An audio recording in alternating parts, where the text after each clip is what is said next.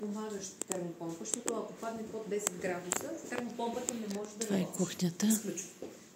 А ние сме все пак Общото помещение. район. И затова много се къщи. Мастер бедрум. Спалнята към мастер бедрум.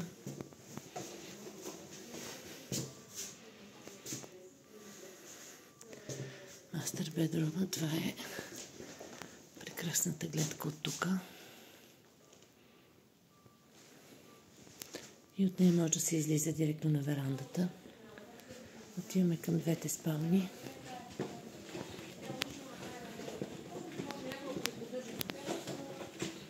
Другите две спални са с обща баня. Това е общата баня на двете спални. Едната спалня. От всяка спалня, като гледам, се излиза на верандата. Това е едната спалня. Тръгвам към другата спалня. Това е другата спалня. Така.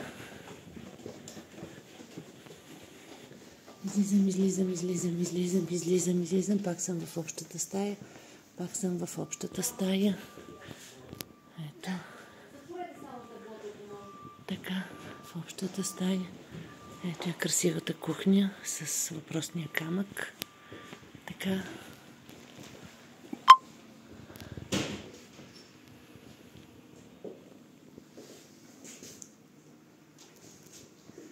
Този път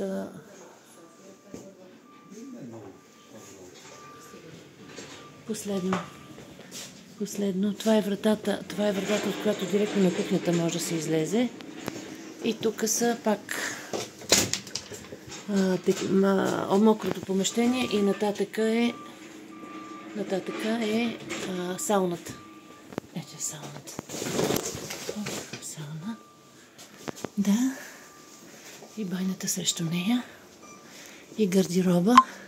Излизам навънка, излизам в най-големия дъжд. Излизам, сега ще се обърна обратно.